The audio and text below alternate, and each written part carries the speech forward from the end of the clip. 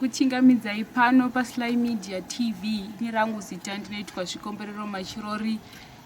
Nhasi tashanya muzinda weEpworth, tashanyira vanonzi mukoma Paddington Chitongo, apo vachange vachitiudza nhoroondo maererano nenjodzi kana kuti dambudziko ravakasangana naro mugore ra2019. Saka vachazenge vachititsanangurira zvizere vachitiudza kuti chii chakanyatsoitika, zvakatora sei, zvakafamba sei kuzoti vazosvika mustate yavari nhasi. Mukoma Padi, makadi zvenyu? Tinofara makasimba. Tichipinda munyaya yedu yanhasi, tichida ngokudzorerai kumashure. Mungada kuti tsananguriro kuti zvakanyatsofamba sei, maitikiro azvakaita kuti muzosvika pamuri nhasi. Tinokwanisa kuti titsanangure. Zvakaitika ndezvekuti ndaiva kombi driver. Saka zvandaiva kombi driver ndakamukira kuseni ndichida kuti ndiende kubasa, sekuti ndakanga ndadaidzwa kubasa namakaniki aigadzira mota dzandaifamba nadzo. Saka ndamuka kuseni ndakasvikawo pabus stop, ndopandakabva ndaona kuti kunze hakuna nyatsomira zvakanaka. Ndobva patanga noise yakatangira pamashops pamunyuki. Isu ndobva tatotiza tichipinda mudzimba chirege tidzokere kumba. Saka munguva iyoyo ndaitobvunza sekuru kuti mamboona sekuru vangu here ndivaone kuseni, kubva kuseni kwachona. Ndobva ndanzi neumwe driver wataishanda naye achihandei kupi kumba kwake, tinomutarisa. Saka ndakabva ndabuda pa13 ndokusvika kumba. Ndasvika kumba ndakatosvotora bhutsu ndichibvisa mapushi. Ndobva ndasvika pamba pasekuru paipai, ndobva ndaona pasina munhu. Saka munguva iyoyo noise ndo payakanga yanyanya manje pakuitwa zvekukandwa mategasi. Saka ina ndashaya ndofamba sei kudzokera kumba. Ndobva ndamira pasi pemuti ndichiitira kuti ndione kuti kana kwadzikama ndozofamba sei, sezvo sekuru nadzimai wavo vanga vasipo. Saka polisi yakabva yatanga kupinda nemudzimba yakuti vanhu pindai mudzimba, pindai mudzimba. Ini ndakabuda pasi pemuti pende ndiri payadi ipapo, ndokubva ndati chirege ndione kuti vari kufamba sei, ndopinda mutara. Kana ndapinda mutara ndoenda kumba. Saka munguva yandakabuda pasi pemuti ipapo ndonguva yandakabva ndapfurwa. Inini wachono handakuziva kuti ndapfurwa Nepfuti, ndakangoti hameno zvangoitikawo munguva idzodzo. Saka vanhu ndopo vakabva vasvika vakabva vati chirega tasi timutakure tiende naye kupolisi. Ndati aiwa nditakure ndiende naye, muende neni payadi pasekuru ipapo. Ndobva ndatakura kubva ndaenda payadi pasekuru. Saka munguva idzodzo ndonguva yakabva yasvika babawo vakuitira kuti vatsvage transport. Saka matsvagirira nemawanira akaitwa transport vanogona kuti tsanangura kuti zvakanyatsoakazoiwana sei. Asi tichidzoka kumashure mbichana, zvinhu zvakaitikira muno muEpworth here kana kuti kutown? Zvakaitikira muno muEpworth, sekuti sekuru wangu inini vaigara kuno kuEpworth. Inini wacho ndaigara kusaidi kutara ikoko kumagomo. Saka inini ndakazopfurirwa pakananga nepapolice station pamagetsi, pakananga nepastation yemagetsi, ndopandakanga ndapfurirwa ipapo. Vakapfura vanga vari mapurisa kana kuti vanga vari masoja? Kuita anga ari mapurisa. Handina kuona musoja wandakaona, sekuti chatakazoita ndizive kuti mapurisa vakatozopfura nepasaidi pangu, vakabata pfuta vachitopfura munhu akanga ari pamberi pangu inini payadi papende ndaiswa. Pakutopfura kwavakaita vakatopfura vachitoratidza kuti vakanga vaitoziva kuti tiri kutoita zvekuvapfura. Vakanga vasisashandise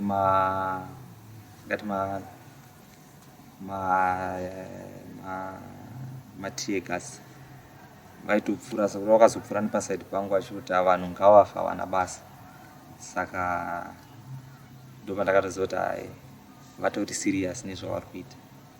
Saka vakapfura papi mabullets mangani?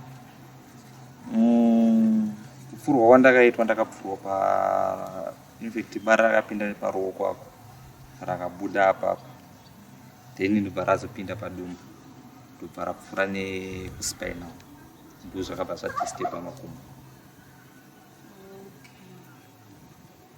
Saka mushure mekunge zvaitika izvi makabva mamhanyiswa kumapurisa kuchipatara, vakatsanangura vachiti chii? Mota yakazotsvakwa ndokubva ndazitakurwa nababa, then takabva taenda paEpworth paOverspill pakiriniki pasejari ipapo. Dokta akabva taa munhu akwara ngaende upi kuparire nyatwa. Tasvika kuparire nyatwa takabva ndasvikonzi emergency operation, ndobva ndaoparetwa kwaona kidney yakaafectwa, then ndobva yabviswa spinal zvimwe zvakazokanganiswawo. Kidney iyoyo yakakanganiswa nekupfurwa kwamama itwa nokuda kwepfuti tizvozvo. Vemhuri vakazvitora sei vanzwa kuti chiitiko chakadai so chaitika kuna Paddy, and how did you survive this, because you survived? Ndichiona sevemukati mhuri yandaberekwa inini zvinonetsa kuti vazvitambire mafirst days zvakatinetsei, asi izvozvi vakutongoona kuti ndo zvakaitika. Ende nino mafirst days zvakatombokanganisa nekufunga kuti ndichazoita sei, zvakamira sei, asi zvine zvira kutoona kuti ndo zviripo. Saka chinozongondivhiringidza chiri chete kana ndakagara ndechekuti ndinozoita mapain manje makumbo anezinga akurwadza, kunyanya gumbo iro rekuraiti anorwadza makumbo achona, asi takungozvitambira. Nezvimwe zvekuti kuenda kwadhokta kunoda mari, transport yekuti ndibve kunoku ndotoda transport yekuti ndotobva panapo, nditakurwa ndoenda ndodzoka ndosiyiwa panapo. Toya mapirits anotoda mari yakawanda, almost $60 pamwedzi or more than. Saka zvimwe zvinhu zvinenge zvakatotiremera futi. Sana chiremba munongoziva kuti vanhu venyama vanopawo pavanogumira kuona kuti apapa zvakamira so. Asi inini pakuti ndiri kuhospital vakantaura kuti chakwanise kuti asi kufamba, ende kungoenda kwadhokta kwandechitenda ndechitongononzi ndione kunzi nyama dzangu dziri sei, maoperation andakaoparetwa ari sei, nezvimwe zvekuti mapain iwayo, nekuzoti ndizokwanisa kuzochinjirwa kana matablets. Asi pavanenge vachiti zvenizvo hamuchazofambezve, pane maphysiotherapy amene muchiita pane change here zviri kuita zvichiita nani here pane zvazvanga zviri pakutanga?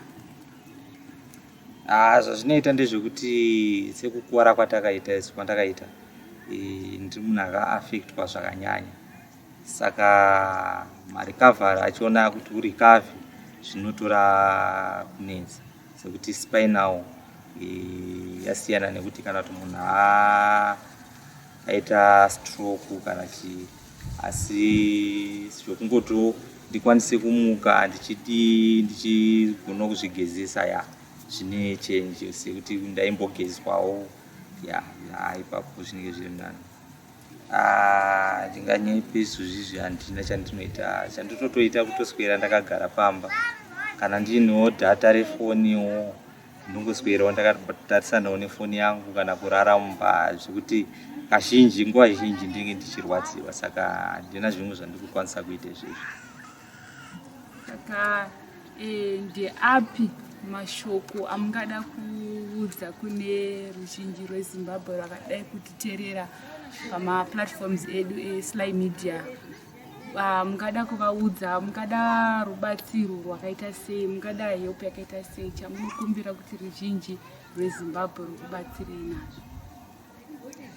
Chandinotokumbira kuruzhinji rweZimbabwe ndechekutoti dai ndakakwanisa kuwana kana zvekuti ndiite angava maproject ndokwanisa kuzenge ndichikwanisa kutengawo angava mapiritsi zvinogona kundiitira nani.